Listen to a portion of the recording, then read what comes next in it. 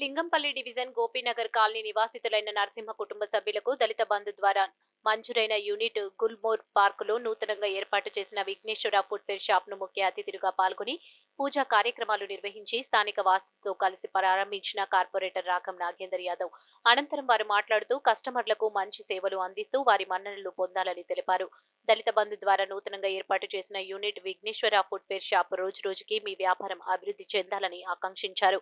రాష్ట్ర ముఖ్యమంత్రి కేసీఆర్ నాయకత్వంలో టీఆర్ఎస్ ప్రభుత్వం ప్రతిష్టాత్మకంగా అమలు చేస్తున్నటువంటి దళిత బంధు పథకం దేశానికి ఆదర్శంగా నిలుస్తుందన్నారు.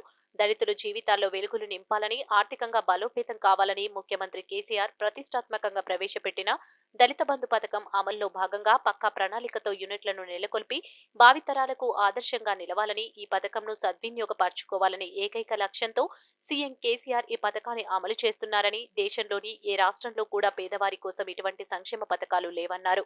ముఖ్యమంత్రి కేసీఆర్ సారథ్యంలో అన్ని రంగాల్లో అభివృద్ధి చేయడమే లక్ష్యమని అన్నారు.